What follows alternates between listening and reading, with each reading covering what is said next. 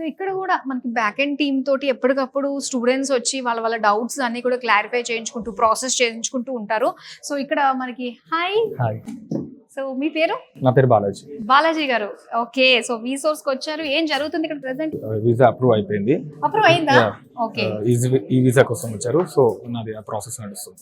Okay okay. So ఎలా అనిపిస్తుంది అండి, తొందరగానే అయిపోతుందా ఈ వీసా ప్రాసెస్ అంతా? హెడేక్స్ అన్ని ఏం తీసుకోవట్లేదు? నో ప్రాబ్లం, ఎందుకంటే వీసోర్స్ చాలా హెల్ప్ఫుల్ ఉంటుంది. ఎండ్ టు ఎండ్ వర్క్ చేసేది వీసోర్స్.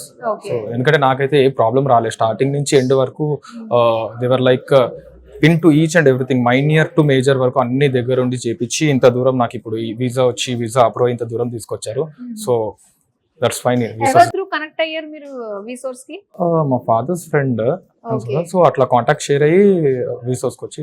నిజం నాకు ఒకటి అర్థమవుతుంది ఏంటంటే, మౌత్ పబ్లిసిటీ గానే వీసోస్ అంటే బాగా అర్థమవుతుంది కదా. సో ఒకళ్ళ ద్వారా ఒకళ్ళకి సో ఆ విధంగా అనమాట.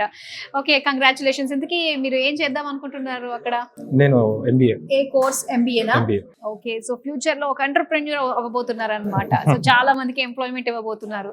ఎస్, మన ఇండియన్స్ నుంచి ప్రతి ఒక్కరు కూడా అలాగే అందరూ కూడా ఎంటర్ప్రెన్యూర్ గానే ఆలోచించాలి, ఆ థాట్ లోనే ఉండాలి. Yes, thank you so much and all the very best అండి. యా.